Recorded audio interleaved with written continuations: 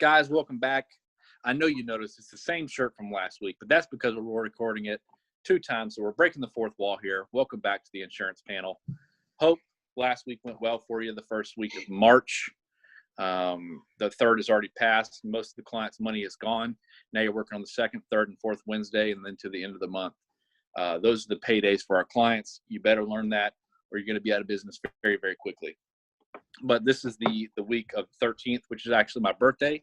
I didn't tell you guys that, but the 13th of March is my birthday. So happy birthday. I'm expecting gifts. Birthday. I will shoot you my address, but comment down below. Tell me happy birthday, or you're not a real subscriber. But definitely do like, comment, subscribe. We absolutely love the feedback.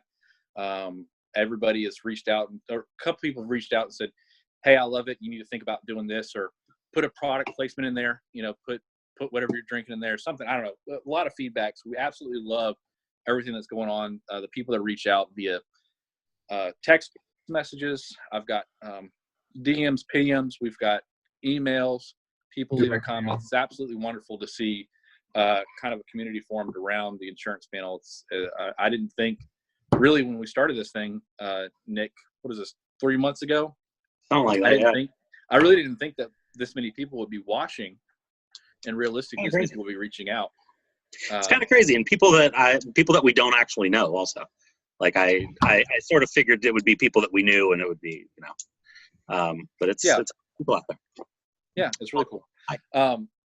This week is a special topic. It is the first time that y'all have ever met Chris before he came on full time, and it was about something we've already talked about, and I'm sure you remember it. We'll post a link in the description, but it's Let's Talk About Comp Part 2, right? Oh boy, Chris, say hey. This is your spotlight, buddy. Yeah. This is when you recast the other guy, and I took his place. Let's talk about comp. There it is. Wow. Yeah. Needs more views though. Someone needs to watch that a few more times. No, nobody really needs to watch that. No, nobody needs to watch it. We're not going to link it in the description. We just hope that gets lost into the abyss and archived into the insurance panel forever. But it was a video that was done. I think actually, as crazy as that video was, it worked out well. One, because we found out how great Chris is in analyzing certain things. He's an analytical genius.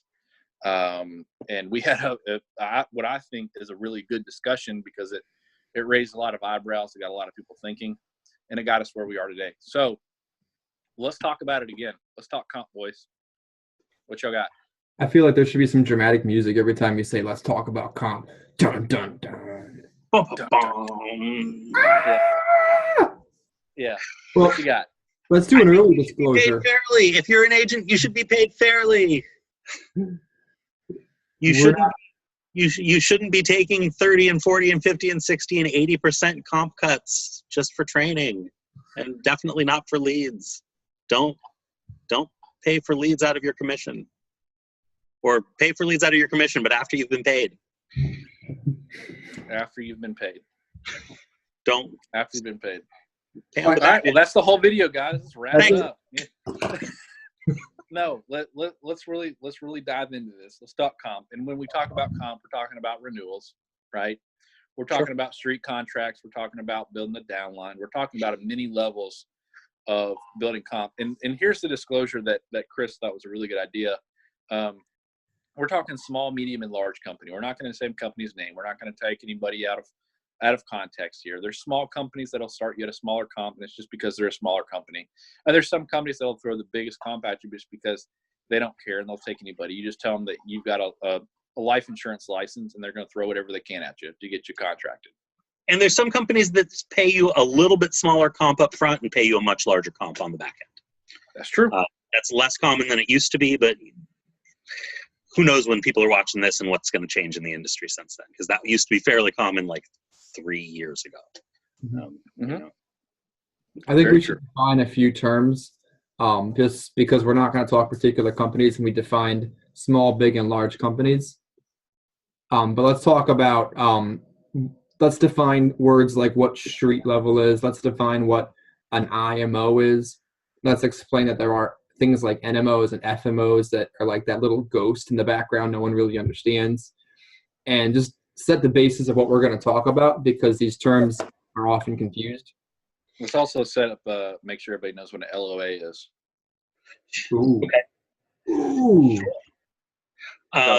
So let's start with street, because I think that's the most controversial term, and it's where I think these conversations go from being polite to being fights.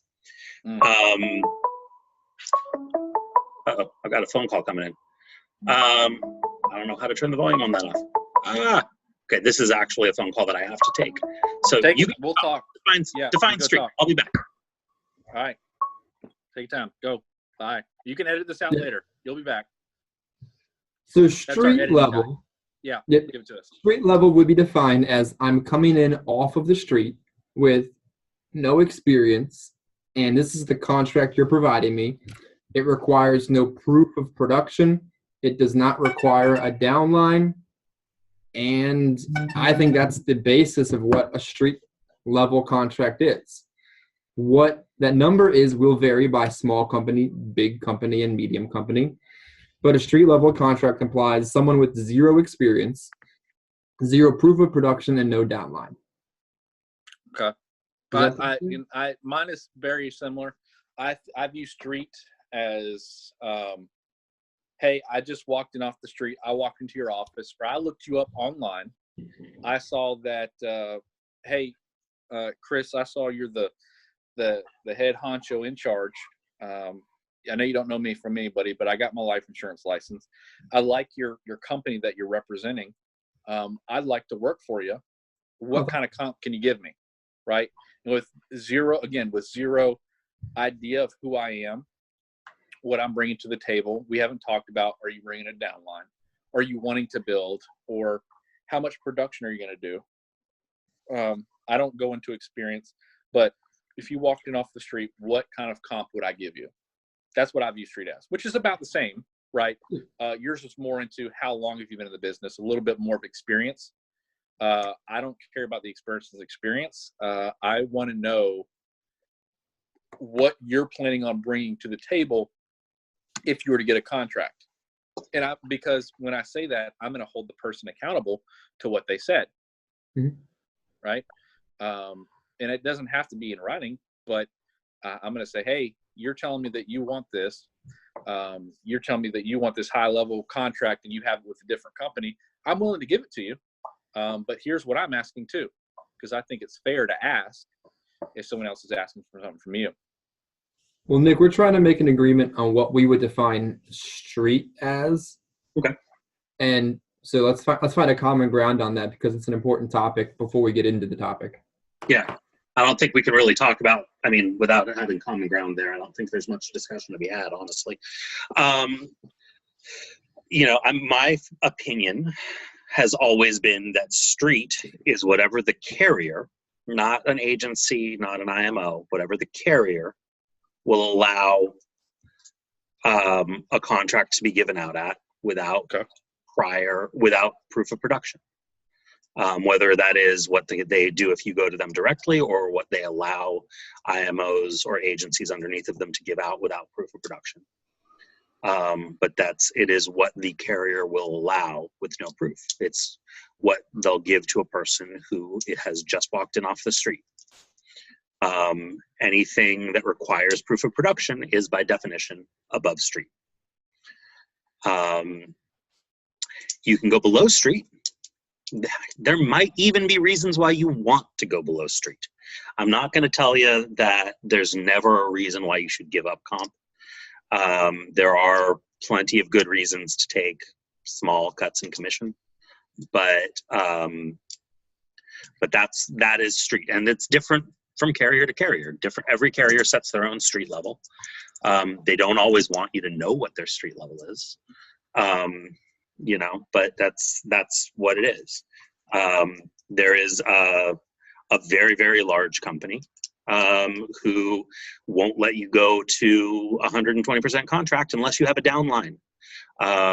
There is a large fraternal company that won't let you go above 120% contract unless you show previous proof of production with them, and agree that you're going to write over $200,000 in production going forward.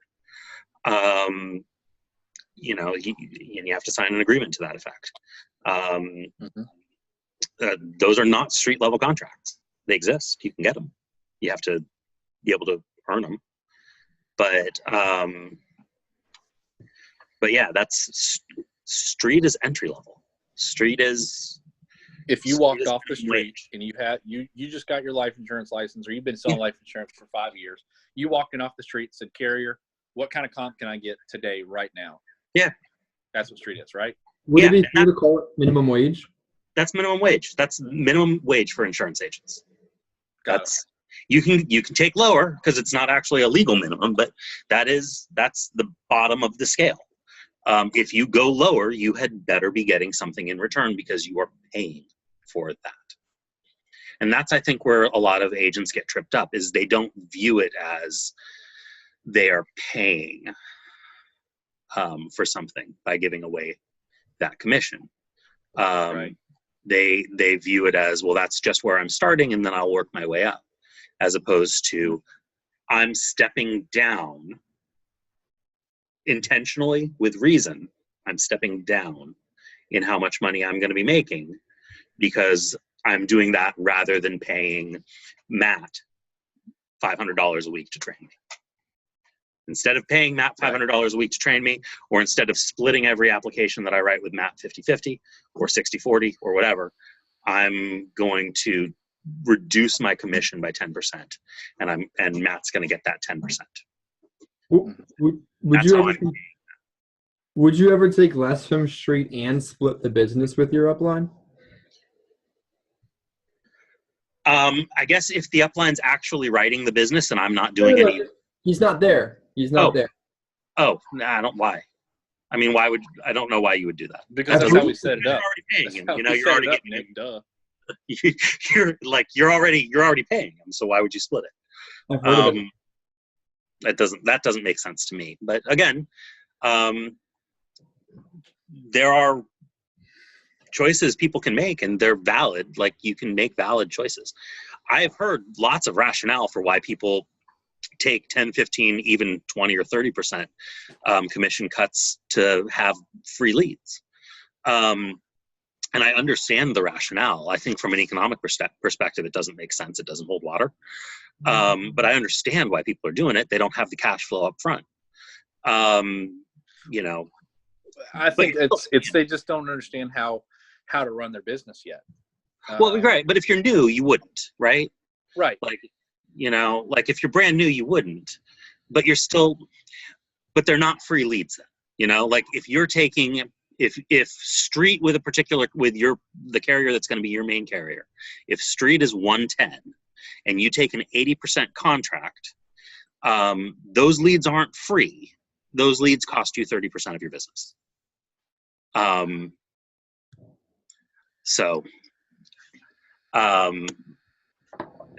You know. Chris, define an LOA for people that are watching this. Ooh, okay. So a LOA is a contract term, also called licensed only agent, and a large, huge, three-letter organization recently put all of their agents on an LOA, and what that is you're being paid directly from a person or an organization and not from the carrier. Typically, that also means you're getting a lower compensation. Typically, it means, not typically, I mean, it does mean you don't own the business, and it means you have no renewals in almost all cases I can imagine. So why would somebody create an LOA system? Well, if they're creating an employee system where, you know, I've decided I'm going to pay Nick $42,000 this year to go write business for me. He's a licensed only agent, but he's my employee. Right. So he's working for the Chris Smith agency, which he doesn't. And that's pretty common. My understanding is that's pretty common in P&C shops. Yeah. I don't write property and casualty, but I know people who do, and that seems to be the way that a lot of people in P&C get started. They get given a base salary, they get a W-2, taxes are withheld, they get insurance and benefits and all sorts of stuff, and they're LOA agents, and they get paid a little bit of commission also. They get paid 15% of what they sell or whatever. Sure. They've got a base salary. They've got, other stuff going on. They're employees. It's like working for a bank. Mhm. Similarly, if you sell insurance and you work for a bank, a lot of times that's how that works too. It's not always a terrible thing, but if you're an independent agent and you're not an employee and you're not getting treated like an employee and you're not getting the benefits of being an employee, stock options, 401ks, health insurance, Equity? No, taxes being withheld, being a W-2 status employee. If you're not getting those things, you're giving up a lot of freedom by assigning your commissions. What's interesting is the organization that went to an LOA system did it, from my understanding, and this is third-hand information, because they are so recruit-driven that eventually you have legs of your downline that outgrow you, and then you make nothing off of them. So they created this whole LOA system so that you continue to get paid off of people that got bigger than you. So a lot of compensation has to do with, is this a recruit-first organization, or is this a career shop where guys come in, write business, and are never asked to, recruit other agents that you will override? Okay. Very good. What's another thing that we need to cover? I think that'll be good enough. Let's define what an average is for a street comp. Now that we have street as what we know to be what it is, which is defined again as, if I walked in off the street, what would a carrier offer me today? Right? That's what street is. What's the average? Yeah, I think it's fair to say that depending on the size of the organization, and I'm just looking at different comp schedules from different organizations when I turn my head, I think it's fair to say that street is probably between 100 and 110, and there is some slight variance on that, depending on the size of the organization that's getting you the contract and the size of the small, medium, or large company dispersing the compensation. Okay. I believe that's going to be I'm a little bit different. I'm thinking streets between 90 and about 105. Yeah, I would. Yeah, I'm going to say 110. Very slight difference. So let's just say 90 to 110 is probably an entry level contract. Sure. So anything higher than that, good for you. Anything lower than that, what are you giving up the comp for? Would it be fair to say, Matt, that every 5% in compensation is probably $5,000 a year commission increase or pay increase? I mean, that's justifying that someone's writing $110,000, $130,000 in annualized premium, which we know that most insurance agents are not doing that, right? Most aren't. Yeah. I mean, the typical average right now, I believe, is about 3,000. Actually, between $2,200 to about $3,500 in annualized premium a month for the average final expense agent. I don't know about all insurance agents, but I know the average for final expense is about $2,200 to $3,500. Well, I'll just say that if you're not issuing paying $10,000 a month, now you can have a bad month and a good month, but on average, if you're not issuing paying $10,000, you're not on a sustainable track. So if you're issuing paying $100,000 to $120,000 per year, I would consider that a viable, sustainable, healthy agent. So 5% more compensation for that agent is around $5,000 more that year. Sure. I'll agree there. Because it's important, and I fell victim to this, to justifying my compensation level. Well, all right, so they do this, they do that. He does this, she does that. And I explained away 20% in compensation. But when I started getting 20% different, it's a freaking different amount of money. there is a substantial, tangible difference between 5, 10, 15, and 20% higher compensation. Yeah, I agree. I agree 100%. Where I started, when I started on a 50 or 55% contract. Okay. If I wrote a modified policy, because for most people that are watching now, if you write a modified policy, generally the comp is going to get cut, right? Generally. Mm-hmm. If I wrote a modified policy, my commission was 15%. Excuse me? 15%. It was a 55% contract, so I would get cut another 30%? Is that what that is? 30% or 30 or 40%? Hold on. I just want to do the numbers on this because, again, it's so much easier just to play it off, but let's make it tangible. Okay. So and a modified policy probably costs more. So let's say a modified monthly premium was $65 a month. Okay. Whatever. Just call it that. And there's a 9-month advance. 100% would be $585. You're not getting that. You said it was a 15% compensation. Yeah. So you wrote that $65 a month policy, and you were advanced $88 on it. Oh, that's before leads. I had leads to come. I had to pay half for leads.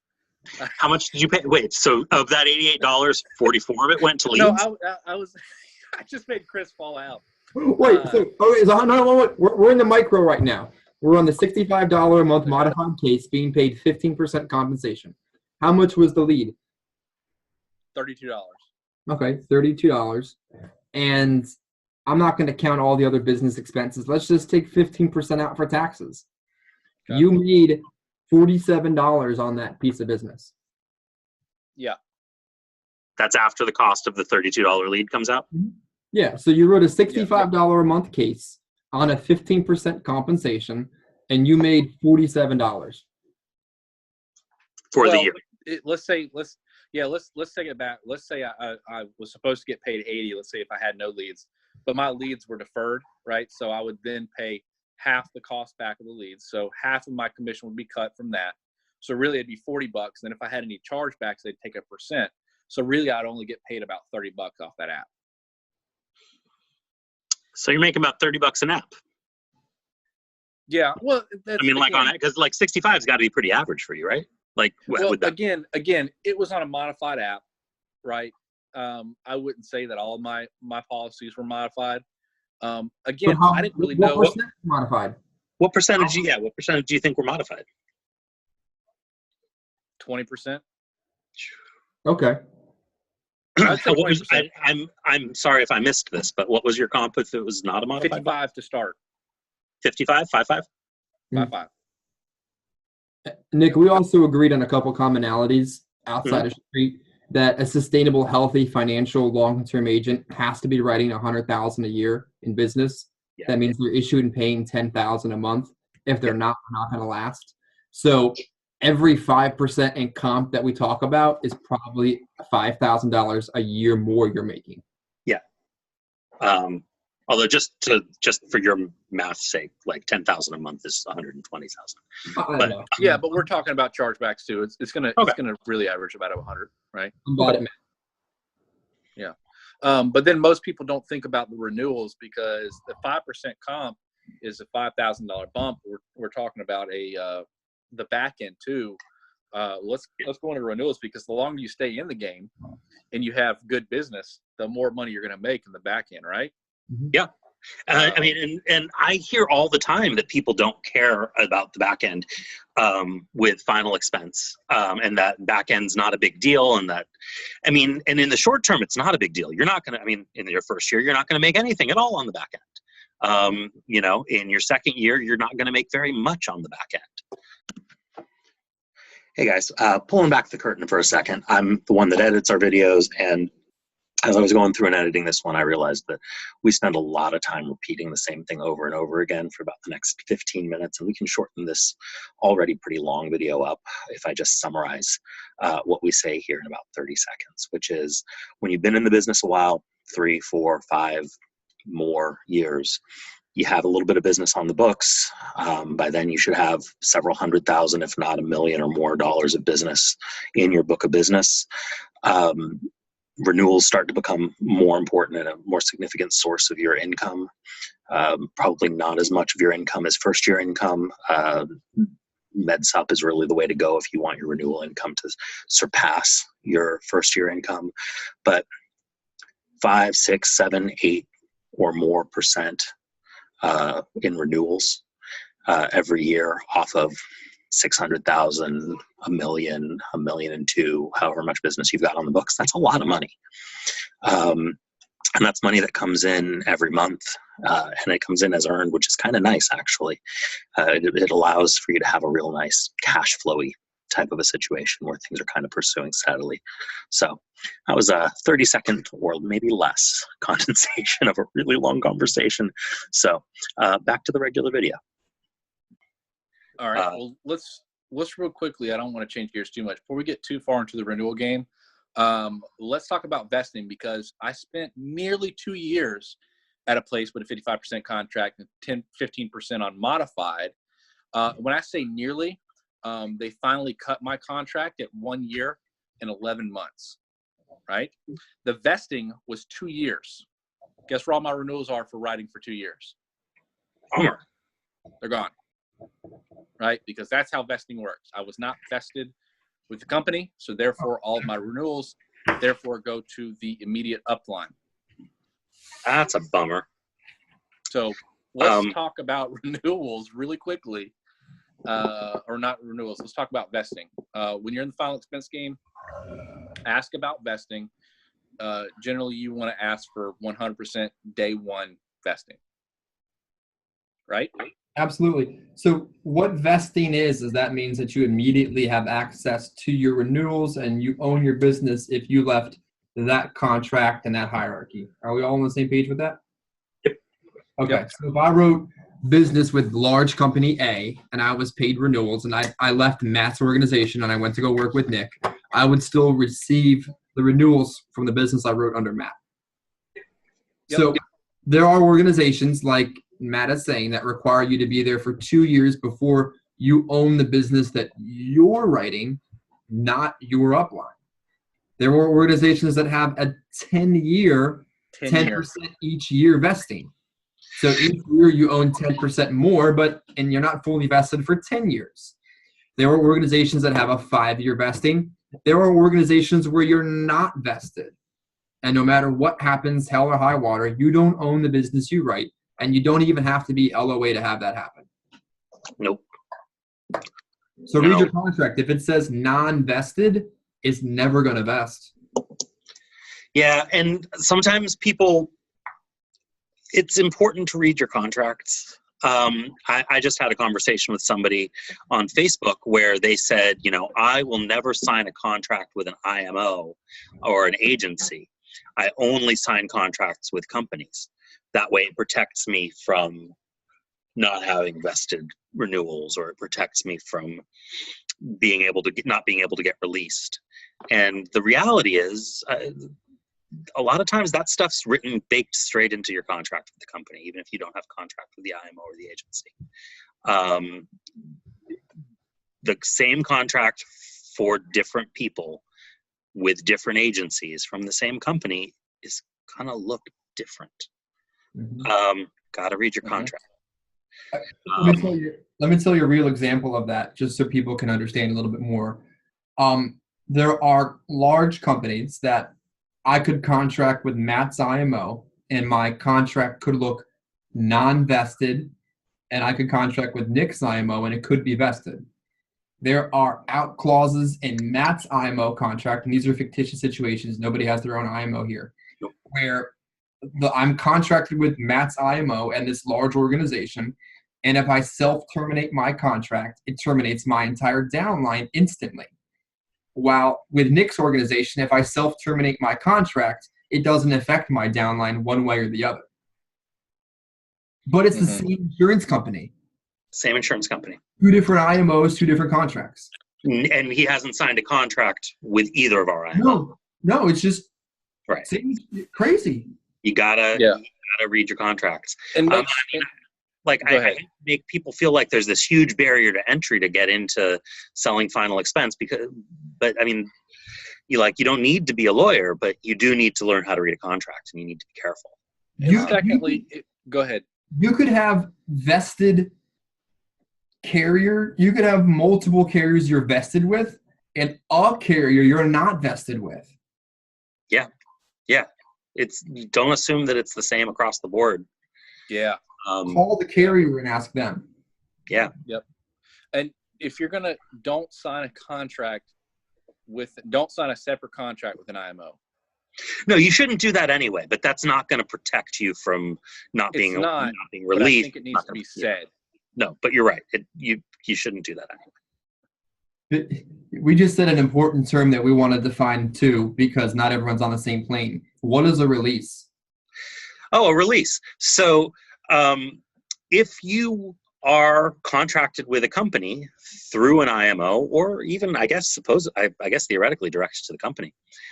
If you're contracted with a company and you would like to leave the upline that you are with and move that contract somewhere else, you have to get the permission of your upline to do that. Or you have to not write business with that company for a set period of time. Usually it's 6 months. It's not always 6 months. Usually it's 6 months.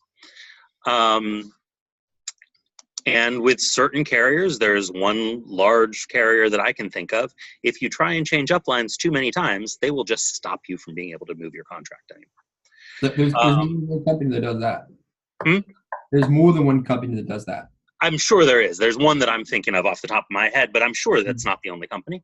There are all sorts of rules that the companies put in place, either to favor IMOs or to protect themselves from agents who are engaging in sketchy business practices. I mean, there's a whole bunch of reasons why these rules exist, but you do need to get the permission from your upline, and some of that is to protect your upline, to keep like debt from rolling up to them, or I mean, there's good reasons why these rules are in place.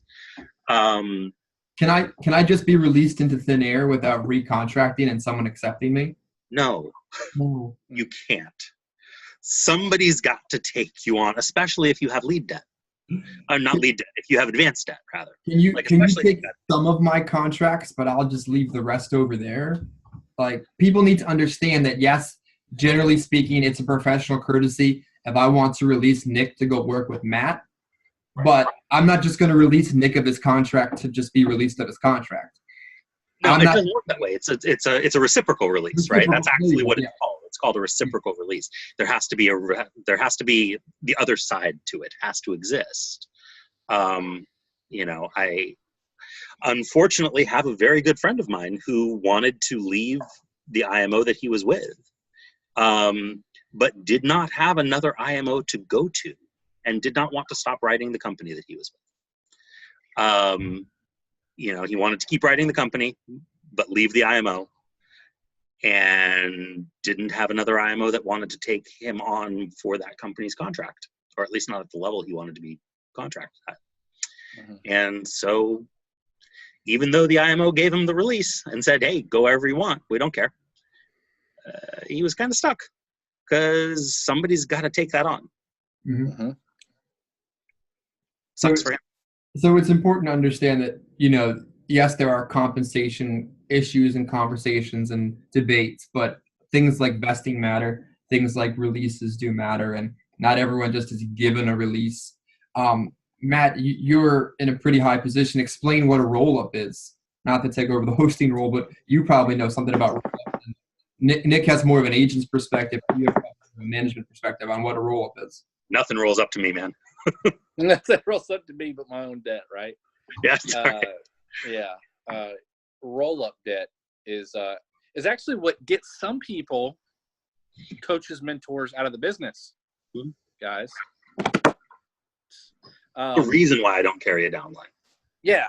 There's roll-up debt is if let's say hypothetically, Nick wanted to come work for me at said IMO, right? Let's say we're working at an IMO and Nick takes a contract under me, and Nick writes a ton of business.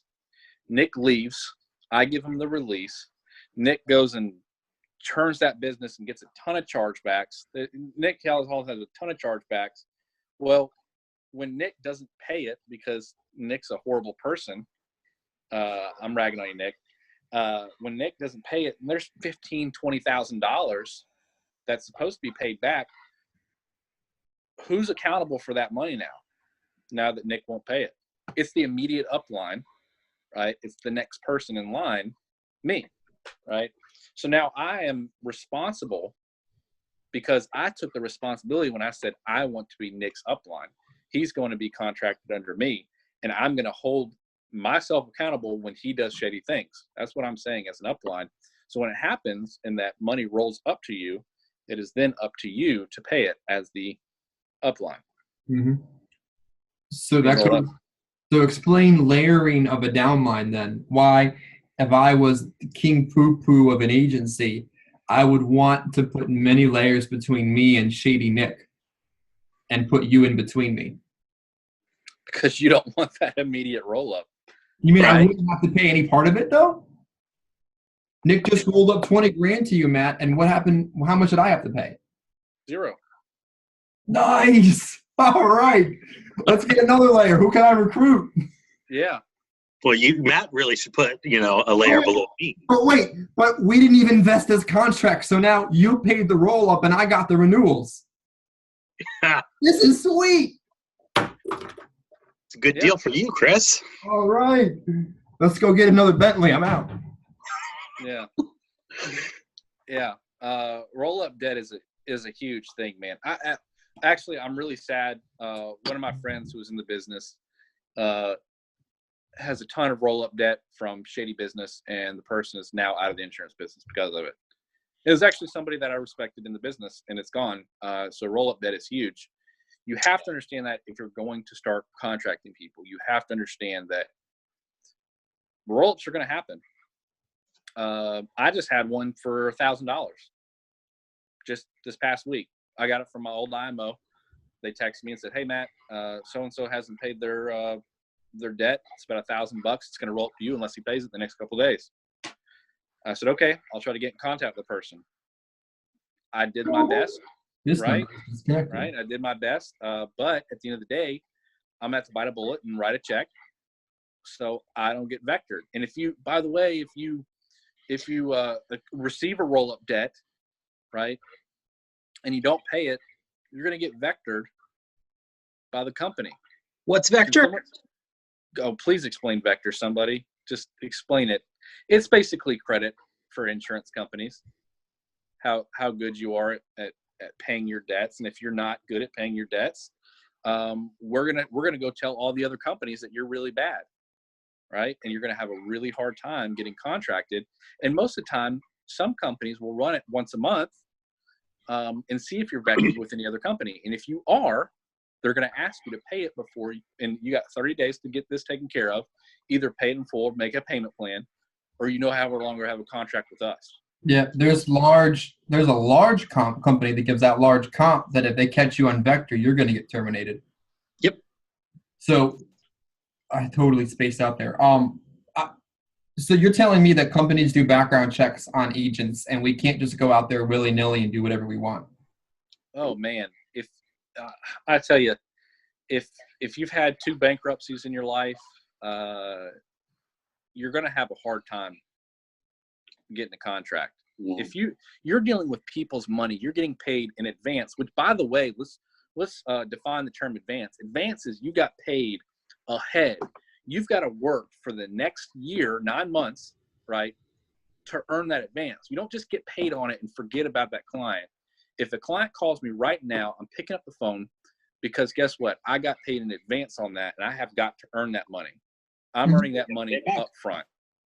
I mean, that's right? What a chargeback is. They take back your advance. Right. Mm-hmm. So I don't know where that was a tangent of mine because too many people service clients one time, get paid in advance.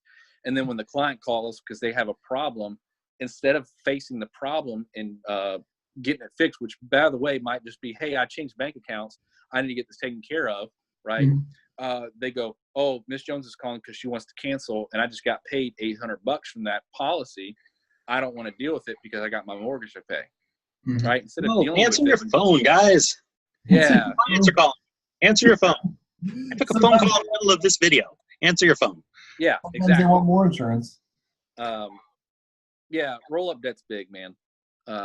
If you're gonna be at a higher comp, and if you're gonna put somebody 20, 30, 40, 50 points below you, you better understand that when that person rolls up, it's gonna roll up hard.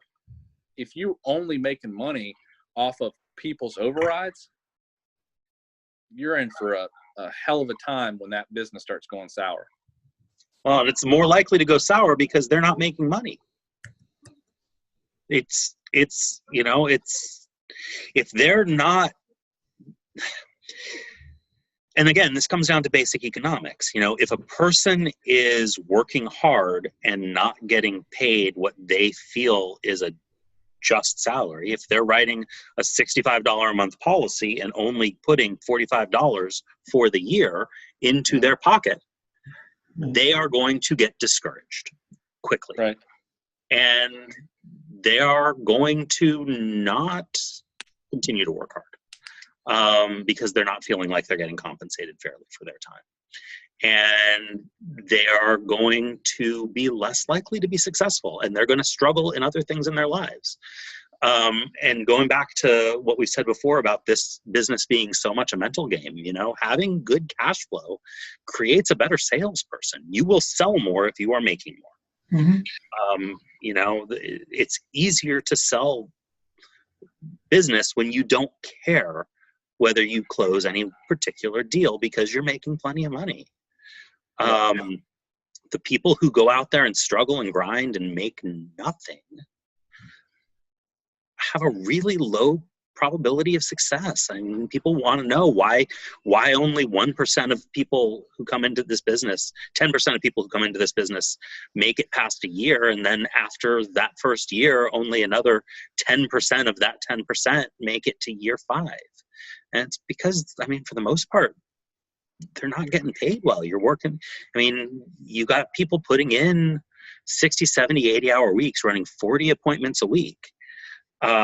Which good for them for putting in that effort. Wow. And then making like $50,000 or $60,000 a year.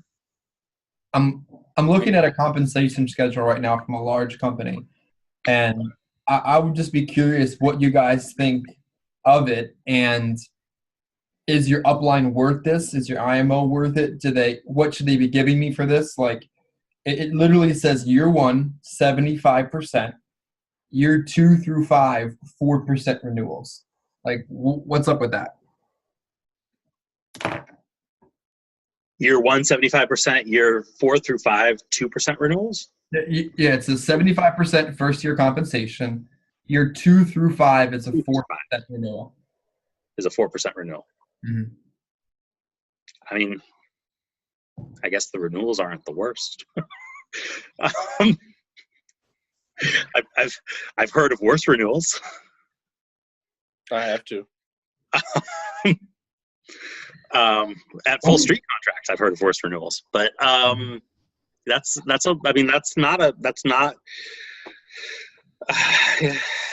if it's a fully underwritten policy, that's not a terrible contract. No, not a fully simplified issue.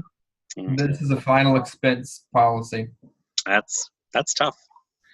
That's not anybody's street level that I'm aware of. Guys, you can get more information from the insurance panel if you watch about 6 hours worth of videos, and you don't need to give up that much comp. We've given you all the advice that you need that your upline is saying that they're giving you. We've given it to you for free, right? So don't take that much of a reduced comp for someone to say that I'm your trainer and I'm mentoring you, so I earn X amount % over you. It doesn't make sense.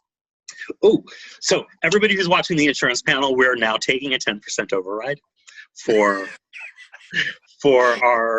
Mentorship. Yeah. Oh, wait. I want to do it one more time because there are several people that put out videos online that will say that this is okay. This is here's another one.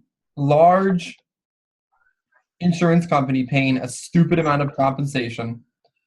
Oh boy. 60%.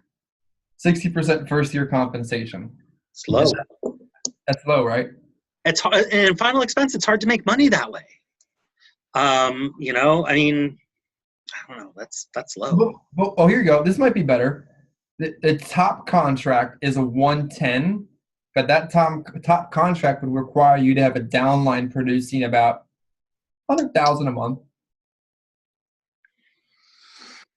If you've got a downline producing 100,000 a month, you can do better than a 110 with almost every company in the industry. Okay. I just think that was worth mentioning. Yeah. I mean, I mean, you can get like FMO level contracts with if you're good doing, you know, if you're doing that much business every month. Oh, really? Yeah, I think so. Oh no. But this person here has ownership in the company, and he has a 100% contract with this other company. He's got equity. Equity. I will say, I don't know. I'm not going to say whether or not equity is worth anything, because it's going to depend on company to company, whether or not you feel like you're betting on a company that's going to go public and start making a lot of money. I can't say in a vacuum whether or not equity is valuable. But it's a bet. I mean, you're making a bet. I'll put it. Snapchat went public at $32 a share. I put some bets on Snapchat when it public, and I thought I was going to make a lot of money. It's now at $9 a share. Whoops. Yeah. Don't bet on equity. Yeah. I mean, had you done Facebook though, man, you'd be a millionaire. Yeah. I'd be a genius, but I'm not. So the root question is how much is your upline worth? Like, if you're at that 70% contract, what should you be getting from your upline to justify that, or can you even justify that? Here's my value. Here's what I think, and I learned this from an old mentor. If every time that if Chris or Nick calls me, and let's say in this hypothetical situation that you're in my downline, every single time that you call me or I call you, I need to be able to provide value to you. You have to get some kind of valuable information out of me in order for me to earn an override. If I'm not speaking truth to you, if every time that you get off the phone, you go, wow, I learned something, or I realized why I called that person. If you don't see value in that person is not your upline. That's your friend that just makes money off of you. Yeah. And I think there needs to be a clear path to getting off of 70%. It's recruiting. It's recruiting. A clear path that doesn't involve recruiting to get you off of 70%. There needs to be like hey, you're going to be on 70% for the next 2 months while I go ride along with you every single day that you're out in the field, and make sure that you're writing $4,000 to $6,000 of premium every week. And, you know, I'm helping you set up your office, and I'm helping you buy business cards, and I'm helping you get business accounts set up, and I'm helping you like get a functioning business up and running. And then, you know, after those first couple of months, I'm stepping back and I'll give you a 20% bump, and then you can call me anytime you want. And then, you know, but I'll still come out and I'll ride with you every couple of months and keep on top of things. And then, you know, I'll give you another bump a month or two after that.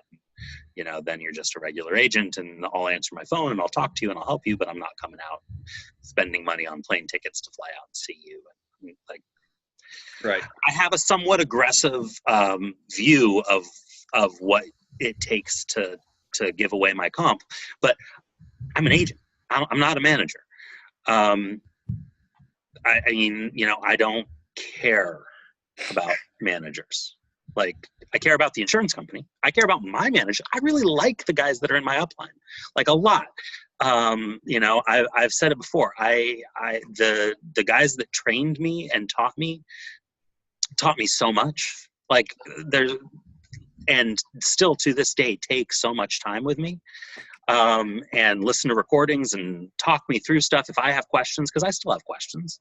But I started at Street. my average contract was a 110 when I started with them.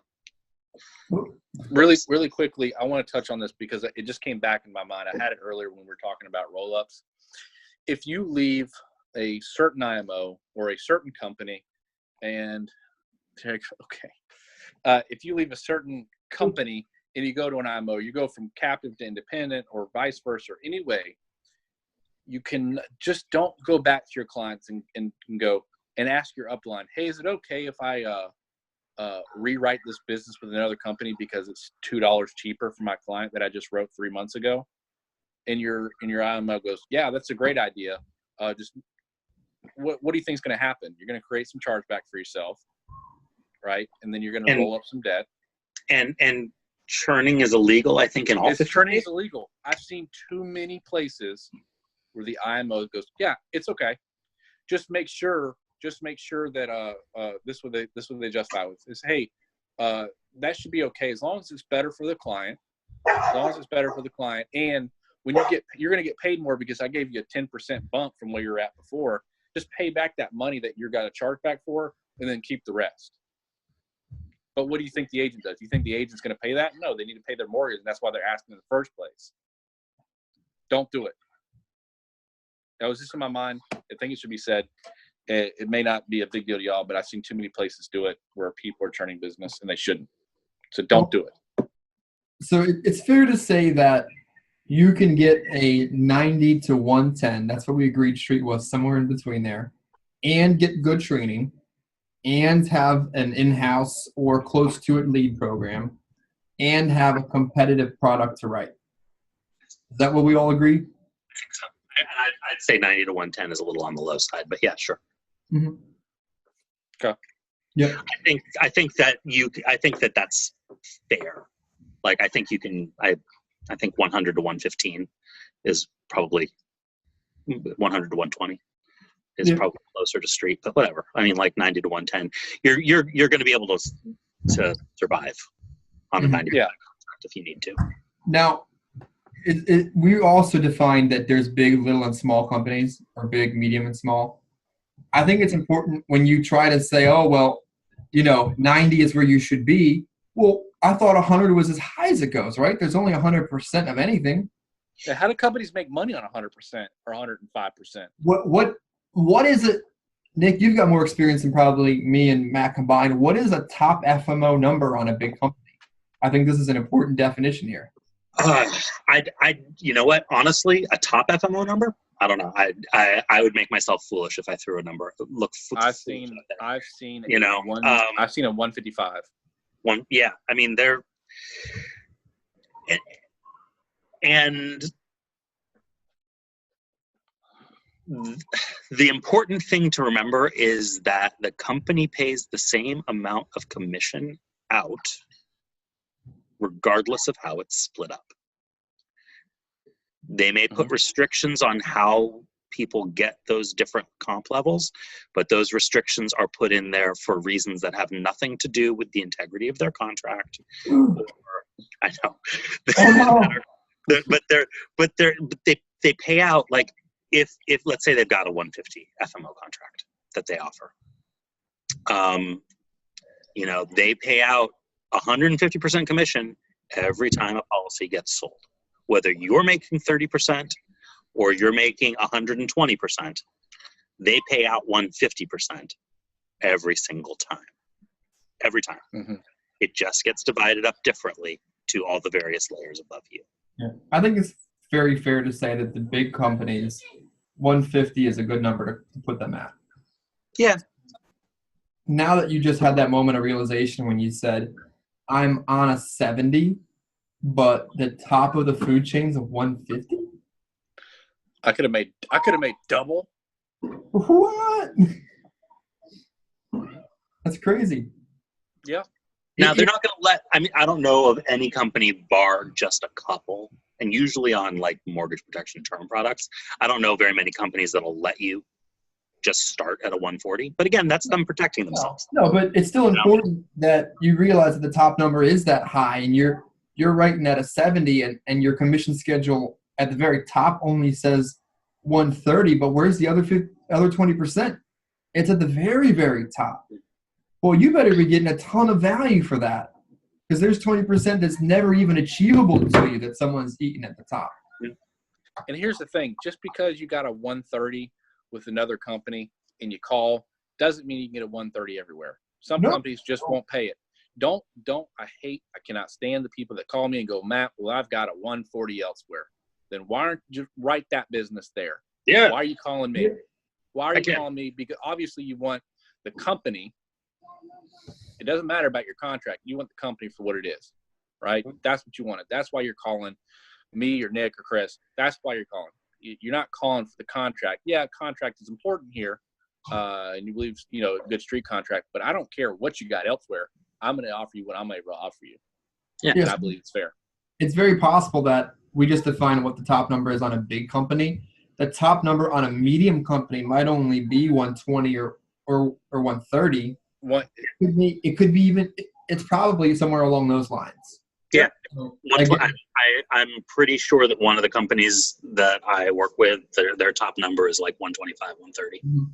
Yeah. What's a medium-sized company? Can you define that?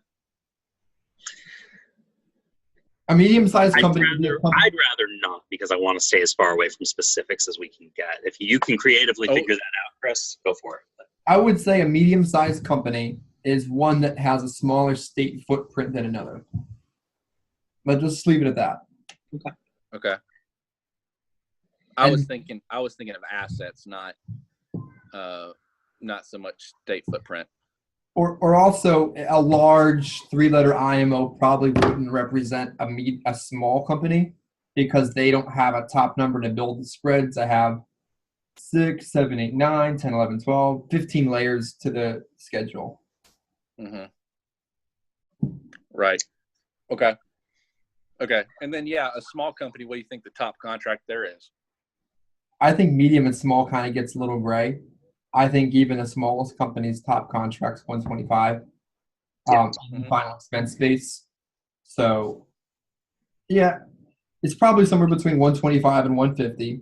So you can start at a 90 to 115 and still get training leads, and all the good stuff that you need. And you got to really justify why you'd be lower, like Nick spelled out, because it's not necessary. Yeah, I mean, and again, there are reasons why you may want to take a cut in your commission. People do it happily. It's not a bad thing to take lower commission if you're getting value in return. Mm-hmm. I would even say the guy that did this first video with us, he's, at the end of the day, transparent with his agents about what's going on. They know what the deal is. They choose to take lower compensation with him because they feel he brings them value. And you know what? More power to people like that. That's fine. As long as you know what's going on, do what's best for you. But you got to have all the facts. That's really what it is. You got to have all the facts. You need to know what you're trading off in return for that value. I want to underline again, there's never a good reason to be paying for leads with your compensation points. Yep. Don't trade guys. And that is how you talk about comp without yelling at each other. We had a little bit of subtle differences of what we think, right? We disagree a little bit, but it's okay, right? We're still on the same page. If you're not finding value where you're at, you're in the wrong place. Yeah. If you're taking a super low comp, you have to justify why you are, and that's okay. Recruiting and comp or no time. Let's talk about it. Chris brought up a good point. Recruiting and comp. Do you recruit before you sell? Do you sell before you recruit? Do you put the cart before the horse? Do what? Sell, build, recruit. Uh-oh, I just killed Matt. Kicked Matt off the recording. Yep, I'm here.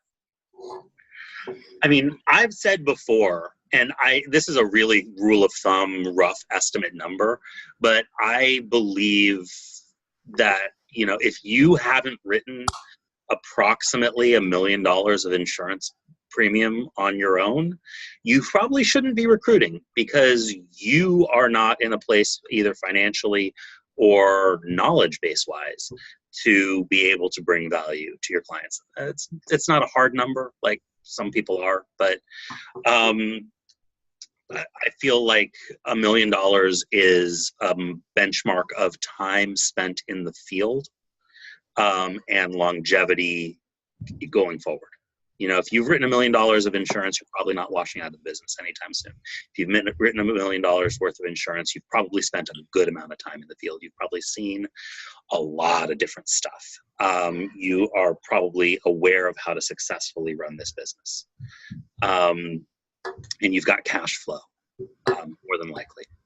I mean, if you've been in the business for 35 years and you haven't written $1 million yet, maybe you shouldn't be recruiting. And if you've been in the business for 6 months and you wrote $1 million already, hey, good for you, but also probably maybe still not recruiting. But I feel like that's a decent benchmark, like 3 to 5 years, $1 million, like be in the business. Yeah, if you're a good agent, you run a good life, if you have a good lifestyle, people will notice. I mean, I'm sure people ask what Nick does all the time because he's always on vacation.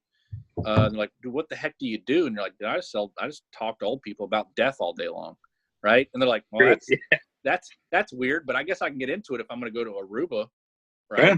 You know, but you know, Nick shouldn't even have to try to recruit because people probably want to work with him just because of he's a good agent, right? People see on the leaderboards, they see on the thing. I'm typing goat every time I'm putting emojis down. People know who you are. They want to work with you. And so you don't even, if you're a good agent, you don't have to recruit. People want to work with you. They see it. Yeah.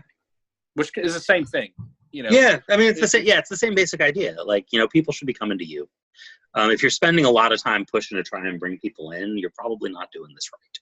Right. And that's not something that a lot of people want to hear. And that's something that's probably going to get a lot of people mad at us. And I'm probably a lot of dislikes, thumbs downs on this video, but it's. Bring it on, baby. At this point, the video is long enough. Maybe nobody's watching anymore. But there you go. I want to take a slightly more conservative approach to it. I think that you shouldn't be forced to recruit. Your IMO shouldn't be demanding that you recruit. I'm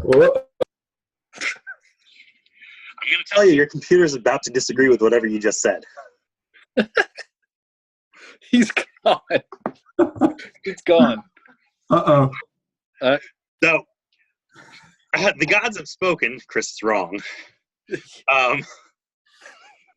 No, you shouldn't be forced. That's actually the bigger deal, is nobody should be forcing you to recruit. We'll see if Chris can manage to fix his technical difficulties. But I'm not editing any of this out, by the way. But so good. But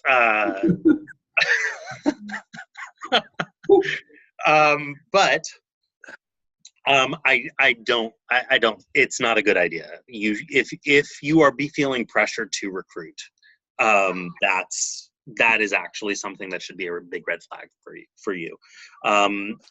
Listen, there are some people who are meant to be managers and are good at managing people. And if that's you and you feel like you know enough about how to do this business that you can teach others how to do it, I guess. Deep sigh. I guess. Yeah. He said, I guess. Sure. Yeah, I mean, I really, really believe, and this is something that John Duggar, one of our former guests, has talked to me about a lot. I really believe that people who have not sold final expense insurance cannot teach you how to sell final expense insurance. I really believe that it's just too different of an industry, of a product type, of a marketplace. That's not true with Medicare. Like, there are really good trainers who don't sell Medicare. That's not true with group health. That's not true with a bunch of other stuff. But for final expense, for what it is, if you haven't been in the field, cat pee. Yeah, that's right. I mean, if at a high level, like if you can't differentiate the types of cat just from the smell of the pee, then you're probably not really in a good place to be training other people how to do it. And I know there are people who say if I bring somebody into the business, I should be making something off of them.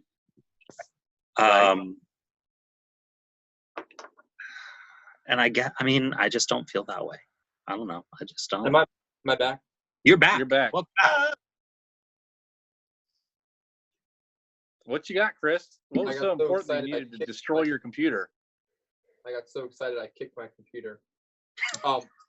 Yeah. So recruiting, it's so easy to think, wow, I'm going to build my way out of the field, and I think maybe I'm crazy, or the conception is that you'll leave the field and put your feet up and go sit in the back of my pool and do nothing the rest of the day. But managing agents in an agency becomes a full-time job, becomes risky and beneficial, and requires your full-time attention. And yes, you might build your way out of the field, but you no longer stop working. Yeah, I can tell you that managing is a full-time gig. It is not a sit back. I am on the phone constantly. I have two phones. I'm akimbo phones. Did I lose y'all, or is Nick just not moving? There he is. Okay. You're just like frozen in time for me. It is definitely a full-time job. It is not a recruit your way out of the field. Be a good manager. To be a good manager, you have to be a good agent. Be a good agent, you have to sell for a long time or write a lot of business in order to get yourself into that position where people want to come to you and work with you. I think this has been a really good discussion about comp. This is a much better discussion about comp. I'm glad that both of you guys are here. Like I said, we're in the middle of the month of March. It's going to be it's March Madness. I know there's a lot of things going on.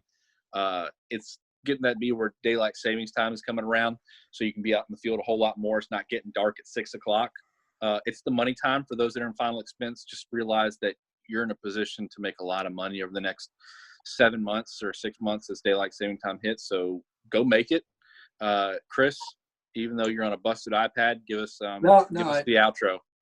I kicked my Surface Pro, and luckily I switched right to my iPad like any good resourceful agent. So this is just a conversation from the insurance panel, 3 different guys from 3 different organizations. And especially in this video is not a reflection of any particular insurance company, not a reflection of any marketing organization we are contracted with or were ever contracted with or may ever be contracted with. And it's just 3 guys on a Sunday afternoon coming to you with their opinions. Awesome. Guys, if you have any questions, put them down below in the comments. We will read them. I promise you'll read them. Put them down in the comments. Like us, subscribe. I know Thumbs right up. now that thumbs it up. Thumbs it down if you don't like it. That's fine too. Tell us Cheers. what you didn't like about it, right? If you No thumbs don't down. like it, Just thumbs up. put it. Yeah. If you don't like it, thumbs thumbs it up twice. Yeah, but if you got something to say, put it in the comments. Email us at theinsurancepanel@gmail.com. It's going to be in the description. It's also going to throw up on the screen right here. I'm going to make Nick work a little bit and edit this. So he said he didn't want to do any editing, but you got to do something. Reach out to us. We love the feedback, guys. This has been fun. The insurance panel is out.